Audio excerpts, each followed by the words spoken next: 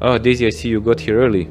That's great. I understand that you're here for these sessions under duress, but President Pashenko has decided that everyone involved in the Journeyman security that was also responsible for fatalities during the Venusian incursion on the New Year should be evaluated.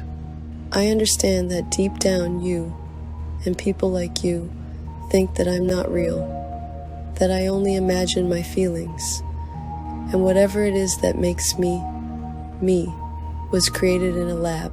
But it's not that simple. Being transgenic doesn't mean I'm not a person.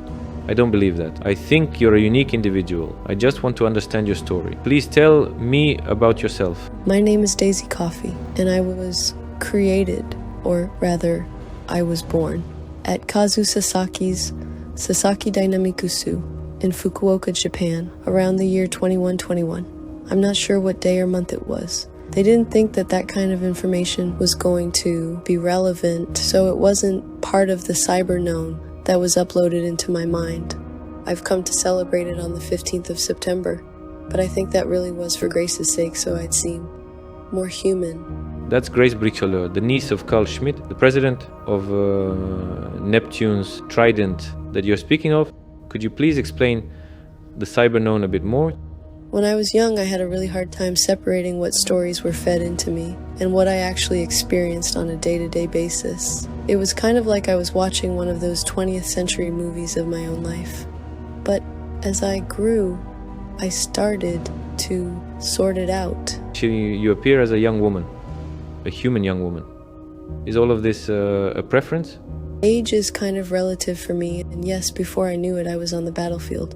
After all, the New Lands Wars had just begun. In my unit, I was only referred to as DSY 646821, which was my serial number.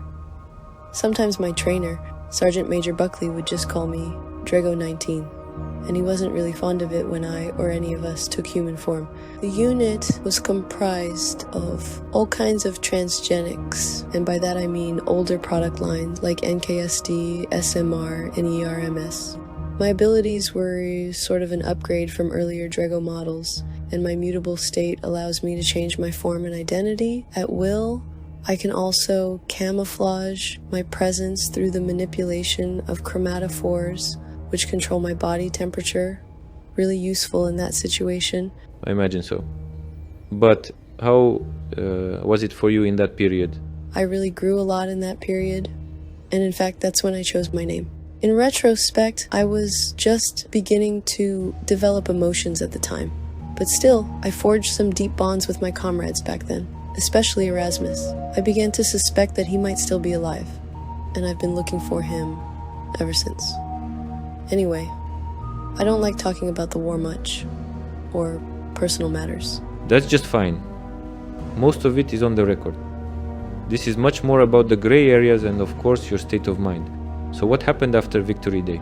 After the war, I was brought to Neptune's Trident and took a post as a security officer.